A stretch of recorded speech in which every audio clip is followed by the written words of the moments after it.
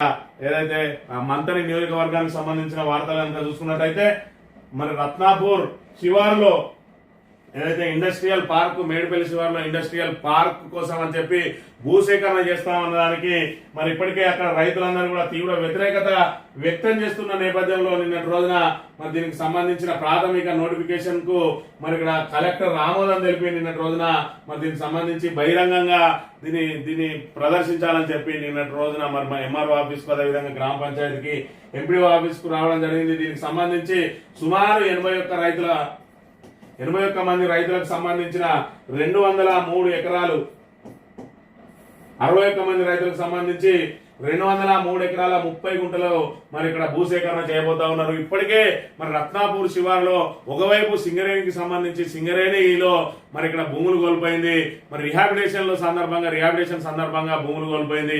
ఇప్పటికే క్వార్టర్ల నిర్మాణానికి అదేవిధంగా లద్నాపూర్ వాళ్లకు మరి నివాస స్థలాలు ఇవ్వడానికి కూడా రత్నాపూర్ శివారులో ఉన్న పొలాలను తీసుకుని ఇవ్వడం జరిగింది. ఒకవైపు భూగర్భ గనులు, ఒకవైపు మరి ఇక్కడ రిహాబిలిటేషన్ కోసం మరి ఇక్కడ భూసేకరణ జరిగితే మరోవైపు ఏదైతే హార్టికల్చర్ మరి ఇక్కడ కేవీకే మరియు హార్టికల్చర్ కోసం కూడా ఏదైతే మేడిపల్లి శివారులో సుమారు 150 ఎకరాలను సేకరించింది. దాంతో రైతులందరూ కూడా రోడ్న పడ్డ పరిస్థితి.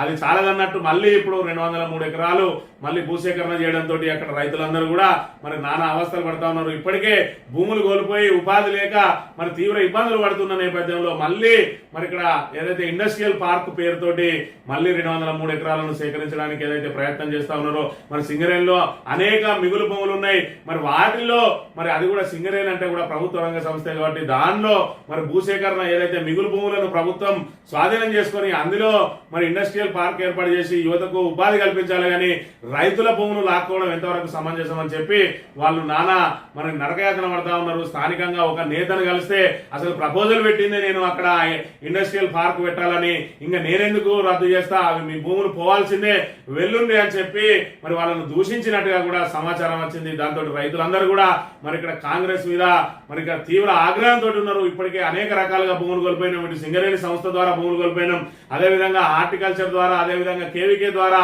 భూములు కోల్పోయినాం. ఉన్న భూములైనా మరి ఏదో వ్యవసాయం పంట సాగు చేసుకుని బతుకుదామంటే మమ్మల్ని ఈ విధంగా పూర్తి స్థాయిలో మరి మా భూములన్నీ లాగేసుకుని మమ్మల్ని రోడ్డును పడేస్తా ఉన్నారని చెప్పి వారి ఆవేదన మరి ఇక్కడ మిన్నడుతున్న పరిస్థితిని కూడా మనం ఇక్కడ ప్రధానంగా